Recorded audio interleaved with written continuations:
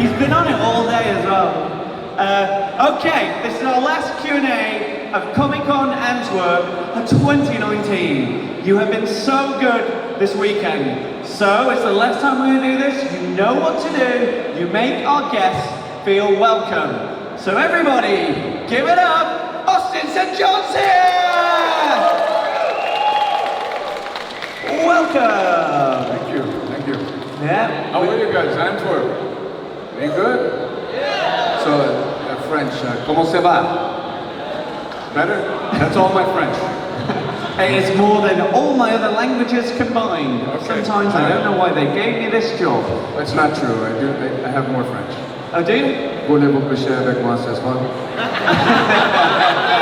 Everybody knows this song, yeah? Okay. Yeah. It All was right, good as now well. I'm out of French. Do you know as well, you sold that with such a smolder, I was like, ooh. Nice. How are you doing? How's Antwerp? I'm good. I'm enjoying it. I'm having a good time. Everybody's been friendly. Everybody's been nice. Aren't they the loveliest? They're incredible. Also, I love how whenever anyone to do with Power Rangers comes on stage, the amount of helmets and things that pop up. I'm sure this is normal for your life, but I get really excited. Yeah, well, I mean, you can't, I mean, some of the uniforms, the big helmet, the dinosaurs, Yeah. Guys remember the girls, girls remember some of the guys, you know, it's a good time. There's somebody for everybody, or more than somebody, maybe multiple somebodies. Hey, it is the franchise that keeps giving, and it's genuinely true. We've had loads of people coming in who were into it when they were like kids, and now they have kids, and it's into it. It's beautiful, just keeps going. Everybody says, I thought you'd be bigger. I'm like, well, that's because you were 4 foot tall, 3 foot tall. I was bigger. You got bigger, damn it. Until you get older, everybody's gonna be bigger than you too. Imagine that you were the one person in the world that proportionally just got bigger than everyone, so now you'd be like 10 feet tall, so everyone's still like, oh hey dude. Some of the little guys will come up, you know, maybe they're still and they're like, I'm a big fan. I'm like, no, you're not. And then the big guys will come up and be like, I'm a huge fan. I'm like, yes, you are. Glad we got that straight. It still doesn't work. Oh man, this is already really fun. Thank you for coming out. Yeah, generally, you must do a lot of these. Is this your first time in Belgium, or? Yeah, first time to Belgium, for Antwerp, flew into Brussels. I got to see an amazing highway, and maybe 2 restaurants so far. Yeah, Maybe tonight. that's all you need. Oh, but you found a very good eating place the other day, didn't you? I went to, how many, I don't know where in Antwerp it is, it's called Siam Sally. Anybody heard of it? It was literally in an alley, and it was so good. Then I went to an Indian place called Ahar. There's generally one word somewhere back there. Yeah, it's like, aha, don't go to Ahar. Horrible. Anyway, I'd love doing this when people who are out of town come into town. Any restaurant recommendations? Oh, Wagamama. It's a chain, isn't it, Wagamama? Japanese you're supposed to do. Yeah, I mean, I thought that was a chain restaurant, but okay. What's she doing? She's giving you where she's eating tonight. Okay. Right, what time should I be there? Okay. She knew what I said in French. I know. Again, thank you for coming out. I will talk Power Rangers, otherwise I will get lynched at some point. But just to let you know, we're going to have a lot of time for you guys to ask questions, so please start thinking about those now, but we just get a little nice chat.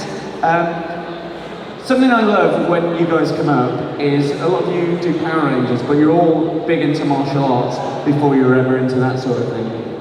Are you one of those that started when you were young, or? Yeah, I started about age 5. Oh, wow. My first martial art, first out of the house martial art was judo. I started in Kenpo under my father at the age of 5. He studied under Ray Schneider. I trained under Ray Schneider. Ray Schneider was trained under Dave German, Ed Parker. It was Kenpo combined with Newaza, Taido, and Chinese kickboxing. And from there, I've gone through a bunch of different arts. I spent 4 years in the Middle East for the war, so while I was over there, I got heavy into Krav Maga, did a little bit of BJJ. That's not my main art though. And met some guys who did Greco-Roman, other guys Sabat. And, oh wow! So I've trained with a lot of different martial artists.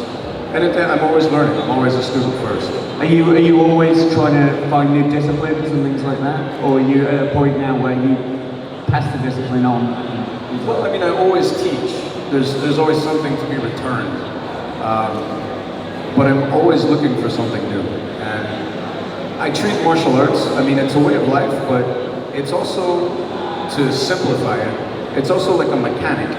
If I have a toolbox of just Taekwondo, and I have somebody bring in a car to my shop that isn't a Taekwondo car, maybe it's a Kung Fu car, a Toyota, Volkswagen, I need different tools for different types of vehicles. It's the same with martial arts. If I get in with somebody who's a better puncher, maybe I should know how to grapple.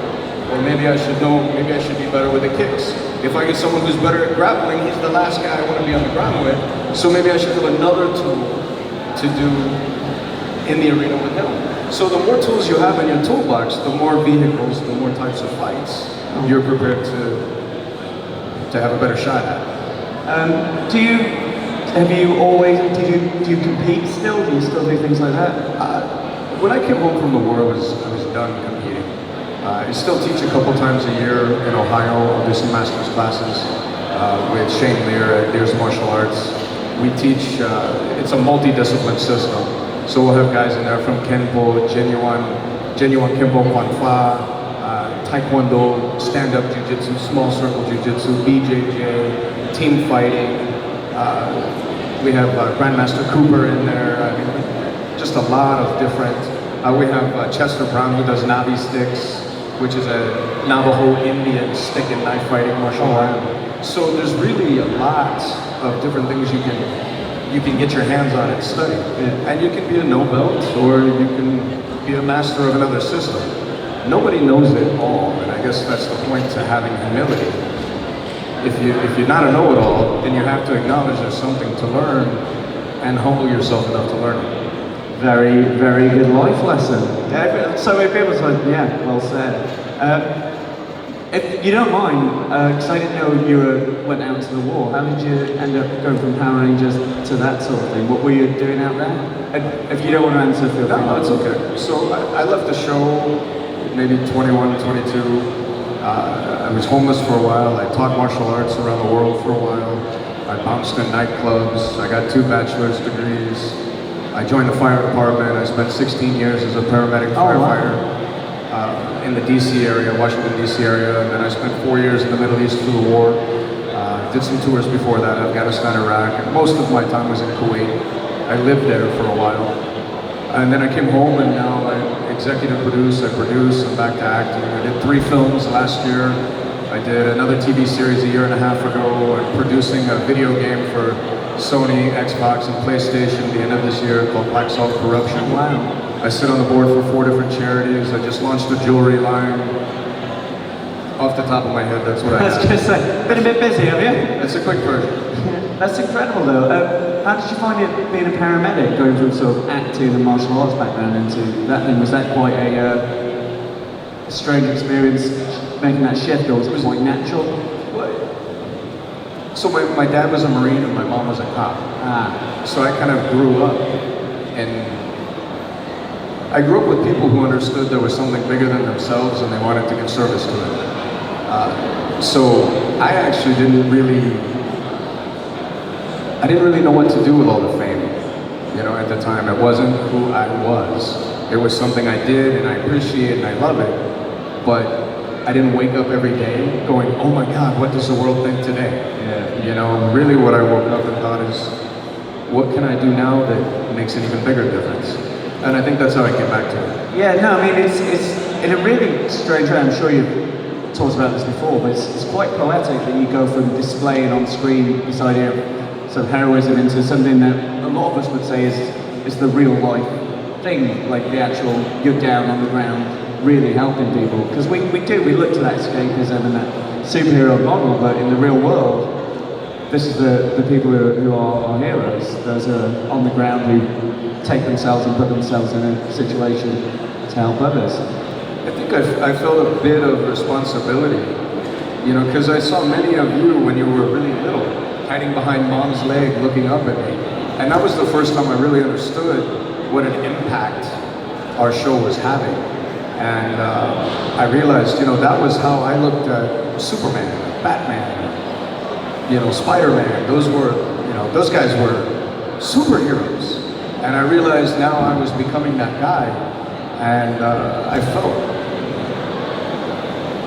I knew it was fantasy. And I guess I wanted to make it real. I felt like I had something to live up to. That's a really positive way of looking at that process, because like you say, by all means, if you're going to start an applause, do it applause, come on. It's a really noble thing, especially because your face was so well known around the world, because Power Rangers was so big in so many countries. So did you find that pressure on you as well, knowing that you were going from probably being recognised into something that is essentially, you have to sort of put yourself second in front of other people? I think there was, people definitely expected a lot. Oh, really? The second I walked into, anything, whether it was bartending or bouncing or teaching martial arts or whatever I was doing, if people knew who I had been on TV, it's almost like the high standard for everybody else shot up about 100 more levels. But I guess I like that. I like the challenge. And I think at every step of the way, it challenged me to be the best that I could. And if you're trying to be the best that you can, you have to also understand there's 7 billion people on the planet. So there's no way I'm the best at any one thing. But it doesn't mean I can't keep trying. And I think that was my take. So the bar just kept raising, and I just kept trying and trying and trying. And good enough was never enough for me. Again, we've only met yesterday, but it's such a nice thing to hear. It's so refreshing to hear people like you say, a lot of us would have been kids when we watched it and stuff like that. And it's really nice to see that side of you, that sort of image that people have. It's beautiful to see that that's something you took in life. Is that something you've always had, just that drive and that want to be better in everything you do, or is it something you learned along the way? Or how many troublemaker teenagers are out there? Man, let me tell you, I was horrible. Horrible. I was always in fights. I was always the new kid at school. My dad was a Marine, so we moved constantly. So everywhere I moved, I wasn't the biggest kid. I was never tall. So all the original kids from the school would be like, hey man, where's your lunch money, man? Who are you? Where are you from? Oh, you're a Marine guy. You must be tough. So everybody was always picking on me. I wasn't afraid to fight. So I would fight, and then I would get in more trouble. Because now I'm not just the new kid, I'm the new kid causing problems. I got expelled in the 7th grade. I was fighting all the time. I was a rebel without a cause. I hated authority. My dad was a Marine officer. My mom was a cop. Everything had rules, and discipline was instantaneous. So anybody that had authority to me, I was just like, back up, get away. It wasn't until I left the show that I had to become my own authority. I had to police myself, and I got to choose whether I wanted to go back to school. The second I got to choose to go back to school because I wanted to, not because everybody said I had to, then I knocked out 2 college degrees. First one in a bachelor's in sports science, second one a bachelor's in emergency medicine, and I'll finish up my 3rd one soon, probably, political science, and I'm thinking of a 4th in theology. But that's because I want to. Nobody's making me. Unfortunately, there's always something in life that you have to do for someone else. Because you love them, because they're gonna kick your butt, because it's religious, whatever your thing is. As long as you can spend time, and everybody says be true to yourself. Okay, what does that mean? If I asked most of you, or at least asked myself, who am I? Well, there's a question. Am I a paramedic? Am I a firefighter? Am I a father? Am I a husband? Am Am I a bartender? Am I a bouncer? Am I a homeless person? Am I a TV guy? I don't even like the word actor. Or am I just one of 7 billion people on the planet that has at least one thing that makes me just as special as all of you? And vice versa. Because that's what it is, right? We all have that one thing that makes us different, or better, or worse, or however you see it, but it's at least different than everyone else. And that's the part I choose to police and make the best I can every day. And if I do that, then it doesn't matter what 6.5 billion people say about me. Because I know I found the one thing that I believe makes me special, and I choose to make it better every day than it was the day before. And that's kind of where I go with it. And love it or like it, take it or leave it, it's not that I don't care, it's that I'm not going to lose sleep over it, because I have to focus on being better tomorrow still. Why worry about it today? Very, very good philosophy, yeah. Thank you. Very well put. That was deep, so. Yeah, nice, nice. Don't worry, we'll talk about Power Rangers soon. Next we'll solve world hunger, cancer, you know. Yeah. yeah. No, I mean, again, it's lovely. Like, I think, again, because a lot of the Comic-Con is about meeting those people you love and you look up to. And again, like, you wear that with such humility. And when you share positivity like that, you're not like saying, hey, here's something I believe and you should believe it too. It's a really nice, refreshing, bigger picture view. And it's just, it's nice to hear. And I think a lot of people appreciate that. And yeah, it's good. I'm not, my wife tells me I'm not very good at doing compliments because I always sound sarcastic. So I really, it's like, don't sound sarcastic. That's good. I mean, on that, you say you're a father. Do you now, because you say you come from that background of authority, were you the opposite with them, or did you try and balance it? Oh, you're like, hey, I don't know what I'm doing, I'm figuring this out as I go, like I think most parents are. You know, man. You know, I'm in the greatest superhero role of my life right now. I'm a father. I'm a husband. There's no gifted superpowers here. There's no take two if I do something wrong. All of my successes are the greatest in the world.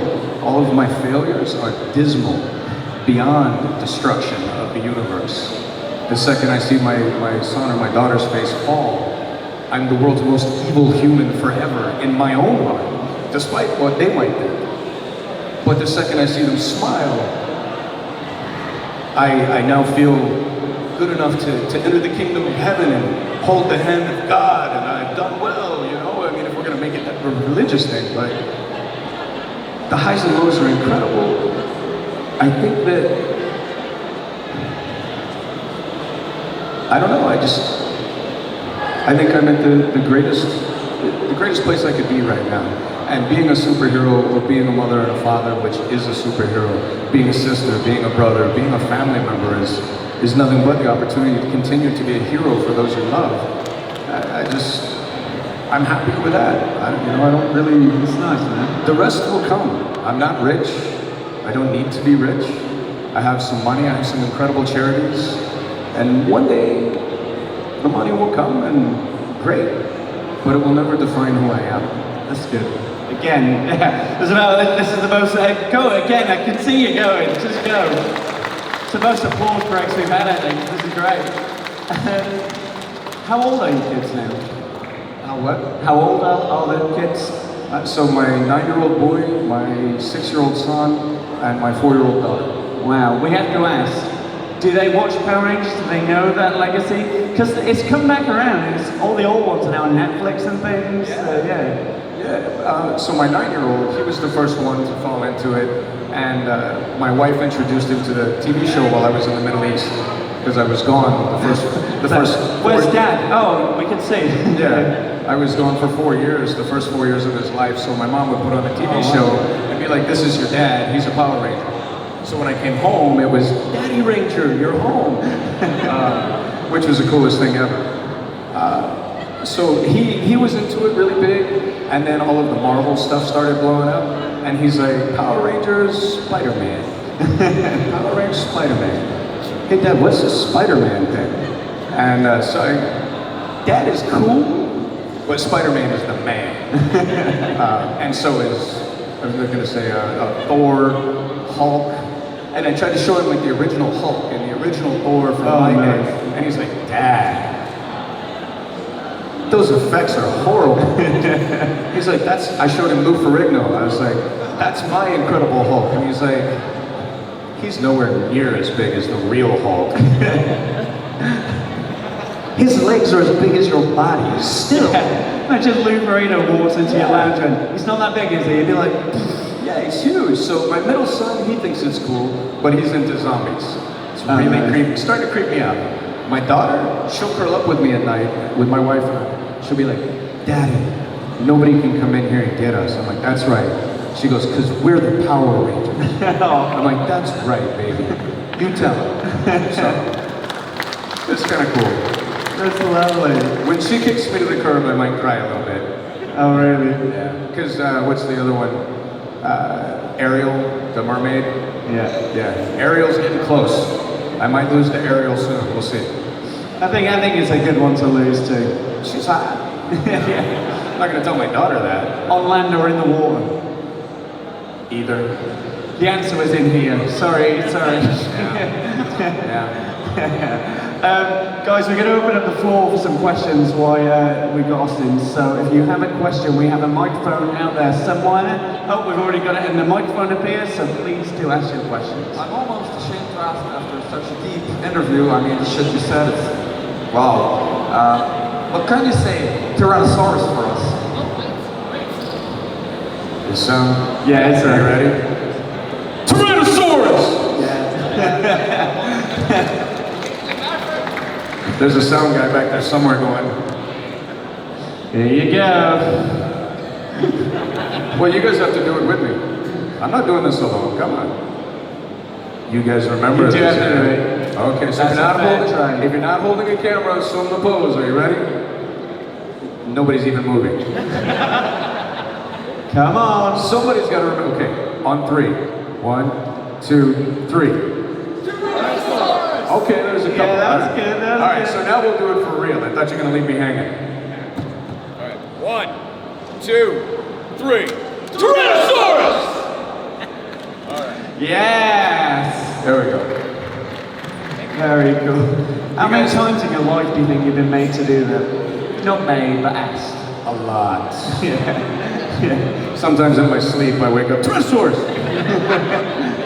My wife will lean over. I'll be in my own mind. She'll be like, hey, baby, want some dinner? I'll be like, it's morphin' time. It's dinner time. It's dinner time. I got it. Amazing. You might be one of the people on this planet who said Tyrannosaurus more than anyone else in the world. Yeah, That's got to be a thing. Yeah, I had 5 Zords. I had the Red Ranger, then I had the Gold Ranger, which was 3 Power Rangers in 1. But yeah, and I can never remember all 5 of my Zords. I had the Tyrannosaurus, Red Dragon, Pyramidas, Warrior Wheel. Yeah. There was one more. I'm looking to these guys now. Titanus. Maybe Titanus was it. I don't know. They all sit in the garage next to my, I was gonna say Ferrari, but I'd be lying. The Tyrannosaurus is the one, like, that first gen Power Rangers is the one that everyone remembers though, before any of the others. Even if it's not the one you grew up with, everyone knows that first gen. Do you find it amazing seeing all the new ones and how it evolved and stuff, or? I hated the new Zords. Yeah, I did. For the Saban movie, they sucked. I didn't want to say it. Oh, I'll say it. I have no qualms. Okay, so a little anatomy and physiology, okay, or zoology, or paleontology. What kind of animal is a mastodon? It's a mammal. It's an earth mammal with 4 legs, right? 4 legs. In the new movie, what has 6 legs typically in the kingdom today? Insects, right? So why did they give the mastodon in the movie 6 legs? It wasn't a cockroach. It was a mastodon. And in the TV series, the Zords were all bigger than skyscrapers. Even in cheesy suits, they were huge, you know? And in the movie, they were barely bigger than the donut shop. And then all the Ranger suits, the faces were up. What's the point to wearing a mask if the mask is up, right? That's like James Bond being a secret agent that walked around everywhere holding up his ID. Hi, I'm MI6. I'll be here to kill you later. You know, it just kind of defeated the purpose for me. Rita was hot. if that had been my Rita, it would have been the evil Red Ranger saga. I would have switched teams immediately.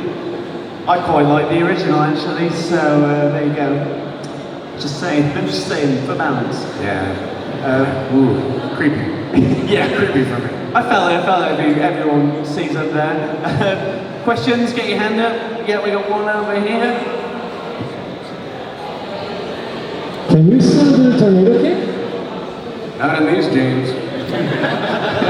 There's not an inch Too to bad. spare. These rips are all the remains of the other tornado attempts. Actually, that was the bus with the Girl Scouts. Yeah. It was They are terrible. mean. I barely escaped. Very mean. Yeah. So the answer is yes, but not right now, I think, for that one. I still can. It's not something, I mean, not like I could then. It's not something I do with regularity anymore. After my time in the Middle East, I work Krav Maga, I work Kempo, I like rapid hand street tactics, street martial arts, or that's what I call them. Because it's far more practical for me to hit him in the face 7 times with my hands, in the same time it would take me to kick him twice. Could I? Sure. I'd be down after the first punch, I think. But I mean, if you have an enemy, rule number 1 is you never hit him once. You keep hitting him until the threat is gone. Well, if I'm gonna, kick him in the face, I've gotta put my foot back down and then come up for more strikes. What if I miss? Even a good high school wrestler, if he gets your rhythm, second I pick one foot up, he can shoot for my standing leg and take me down.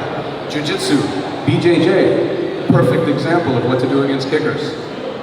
Once you get that leg, single leg, double leg, takedown, side mount, hip the mount, however you want to do it. And I don't have a black belt in BJJ, but I have an understanding.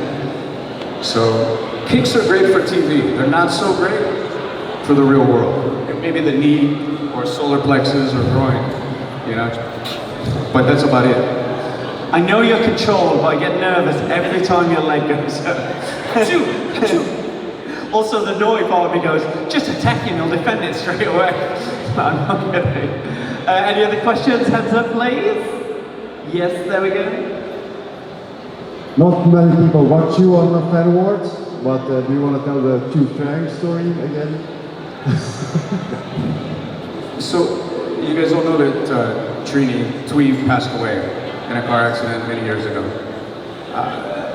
And not a lot of people have really spoken on her or just how amazing she was and really still is. I have a website that I do vlogs for, or video vlogs. It's called Fanward, Fanward, fanward.com. And I did a tribute to Twee Trang, who played Trini. And I talked about, I'm not going to give them the whole story here.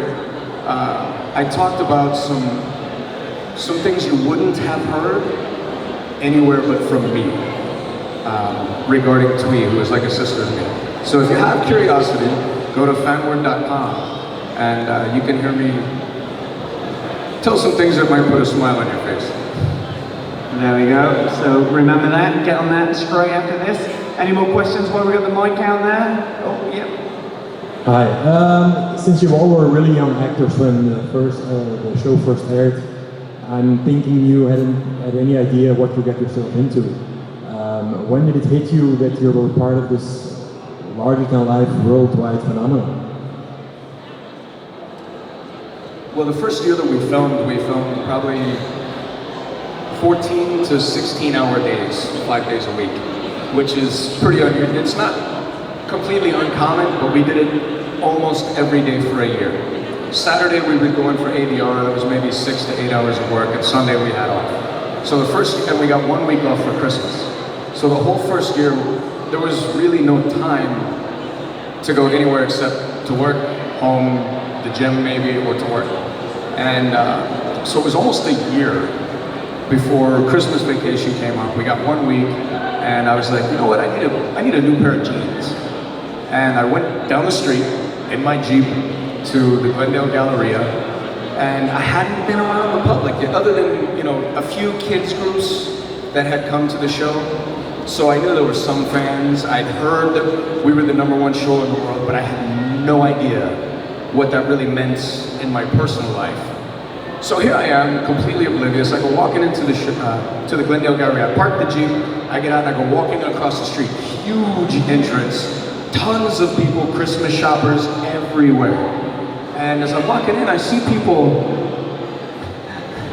staring. And I'm like, you know, do I have a booger in my nose? Like, checking my fly, I didn't understand my wife. And then I thought, oh, so I made it all the way in the door, and now there's just huge Christmas crowd. And I was like, okay, well, something outside, I don't know what it was. And I came through the doors and I walked in, and a head over here turned, and then a head over there, and then I heard whispers, and I was like, I felt like I was in the Twilight Zone. And then somebody screamed. And I had my shirt ripped off, I had my hat ripped off, I lost my sunglasses, I lost one shoe. The jeans that I was wearing had the back pocket torn down to like the back of my leg, so now I needed 2 pairs of jeans. And security had I had claw marks. I mean, we're all grown adults here nowadays. You've had a special moment with a significant other, and then you get into the shower and you discover some scratches on your back that you didn't know you had, and you're like, ow! So I get home later, and I bought a new shirt, some jeans, and I get into the shower, and I'm like, crap! And I had to look in the mirror in front of mine, took pictures. I had claw marks down my back, deep ones. I was like, were these people fans? Yeah, I was gonna say. Or were they related to Charles Manson? I mean, I felt like I'd been mauled by a Bengal tiger. So that was my first completely unaware public experience. But the biggest one I ever had was with all the Rangers. We did our first ever and only public appearance together. And it was at Universal Studios in Hollywood. We were supposed to be on their smallest stage, which was only going to hold 1,000 people, to do one show. People started camping out the day before to get us placed in line. By the time the day the show came, Universal is now talking with the owner of the show going, I don't think this is going to work, guys. We're going to have to move into the bigger stage. Well, the biggest stage only held 6,000 people. So they're like, we're going to need more than one show, because now the lines were out of the Universal grounds. The local highway was backed up for 8 miles into downtown LA. Universal, we broke Universal attendance records. Still to this day, wow, they've never been beaten.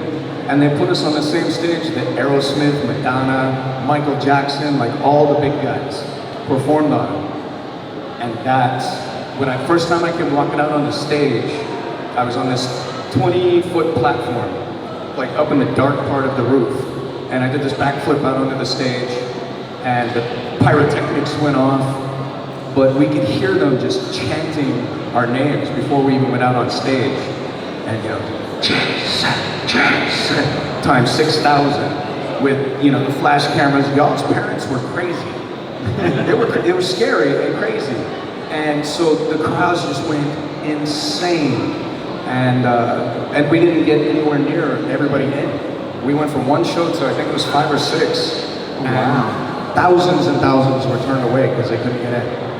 So that was the first really rock star moment that we had had.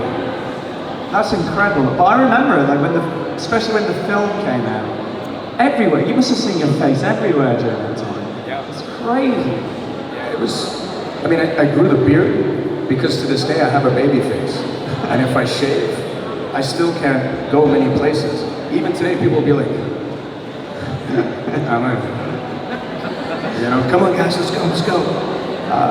With the beard now, I do okay, but I'll walk by people, they have no idea. 5 minutes later, they'll be at my table, they'll be like, that was you! I'm like, who? You know, thank you very much. You know, I'll pretend to be Elvis. One time a fan came to the table, and I guess he was expecting me to be 18. He had no idea. And there's this guy who works with me who's huge and also has a beard. And he comes up and he starts talking to this guy, and he's like, hey Austin, can I get your autograph, take a picture with you? And I'm standing right here. And I'm like, yeah, that'll be $50, I'll take that, there you go. Would you like me to take the picture? Great. So I let him take the picture, he signed the autograph for him, and then he came back to the other side of the table, and I was like, would you like a real autograph and picture now? And the guy looks at me, he's like, what do you mean? I was like, look at the picture behind me. The one next to the Red Ranger, me with a beard, and he looks up and he goes, oh. I was like, I could have just let you walk away. I almost did, but I thought, nah. So, yeah. That's great. Sometimes you gotta roll. Any more questions before we let Austin go? We got one there, and any more we'll just wrap up. Yeah. I think we all saw the teaser for Beast Morphers with your return. Is there anything you can tell us about returning on set? I could tell you, but then I'd have to kill you. And he could. So I filmed in New Zealand in April, so I'm already done filming. Obviously, I have my beard again. All I can say, I can't say who's gonna be there. I can't say how I'm returning as a ranger, as a red ranger, as a gold ranger, as a pink ranger. I can rock the pink suit, girl. Don't you doubt it. I might have to shave my legs first, you know, but so I can't tell you anything about that. What I can tell you is that filming with the new cast, they were great. They were a wonderful crew, the guys, the girls. It was all pretty special to me. And I'd never been to New Zealand. It's beautiful. Piha Beach, we went mountain, did some mountain exploring and camping with the executive producer, Chip Lynn. It was a great experience. So that is all I can say until they give the next teaser and show you something I'm allowed to talk about. So I filmed in April and I had to stay quiet until San Diego Comic-Con because they're like, you say a word and we will kill you. But so yeah, that's it. I'm looking forward to coming back. It should be, I think, sometime early next year when you can see me back on the series. Oh yeah, that's an alarm set for me. Question here, and are there any more before we let the mic go in? All right, we'll finish up with this question. First of all, thank you for this amazing Q&A. I'm getting feedback, I don't know. And secondly, I was wondering, having told all you've told about fame, would you return to acting maybe for other roles, or is that not something you aspire? I did, in the 5 years I've been back, I've done 3 other films. I did another TV series. This year I'm releasing a global video game called Black Salt Corruption that will lead to 3 other films. Each film will be a $25 million picture. Clearly I'm not paying for it. So I'll be back doing some martial arts work there. I did a film for Lionsgate called, what was it called?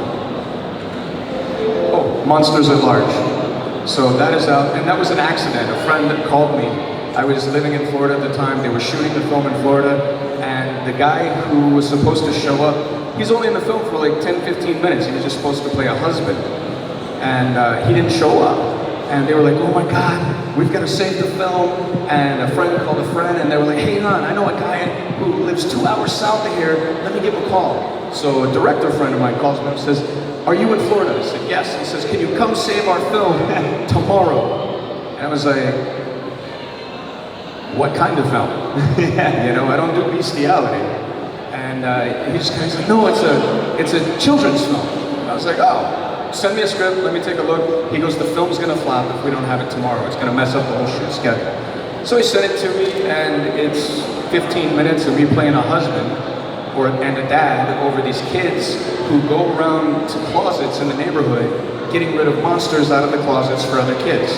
The name of the film is called Monster Busters. So I did that. That's out in Lionsgate. I did another film with John Schneider. How many of you ever watched Dukes of Hazzard? Yeah. Okay, so John Schneider, the tall blonde guy, good friend of mine, we did a film called Tres Leches, or Three Milks for those of you who speak Spanish. And it is a rated R, don't take the children, very rated R comedy, where I play this really stupid cop trying to track down these three kids, one of which who slept with my wife. And I'm pissed, but I'm too stupid to catch them. And the only reason I don't catch them is because they're so stupid, by accident they keep getting away. And at the end of the, well, I won't even tell you, but it's very rated R. John should be editing and releasing maybe early next year, called Tres Leches. Look at John Schneider Studios, and you'll see that one. And I did another, it's called A Walk with Grace. So it's a faith-based, romantic comedy. I play a wrestling coach in a small city who is trying to train up this really talented young kid, and I want him to be incredible, and he's just being like I would have been as a teenager, irresponsible, all kinds of talent and no interest. And I'm pissed, and anyway, so I'm supporting actor. It's been picked up by a Variety magazine online. We had Daniel Baldwin, we had some guys from CSI Miami in it. That we just sold to Vivint, and we're gonna get a theatrical release in the US, so it should be out maybe in 3 or 4 months if you just Google A Walk with Grace. And then the TV series that I did was called Fireball Run. I did season 11. Every season is its own season, they're not connected. And it's fast cars and sniper guns and hospitals and drag racing and flying planes, finding missing children, all kinds of cool stuff while traveling 2,000 miles in America under a time limit. So that one's kind of fun. And then I have some other projects coming up I can't quite tell you about yet. So the answer is yes, he's been very busy. I'm going to let you get back to the convention, but this has been incredible. You've been so open and so lovely with us. So one last thing to do, let him know how much we love him. Austin St. John! Thank you guys. Thank you very much. He'll be here for about another hour or two. If you're lucky, go and catch him. Thank you very much. We'll see you soon.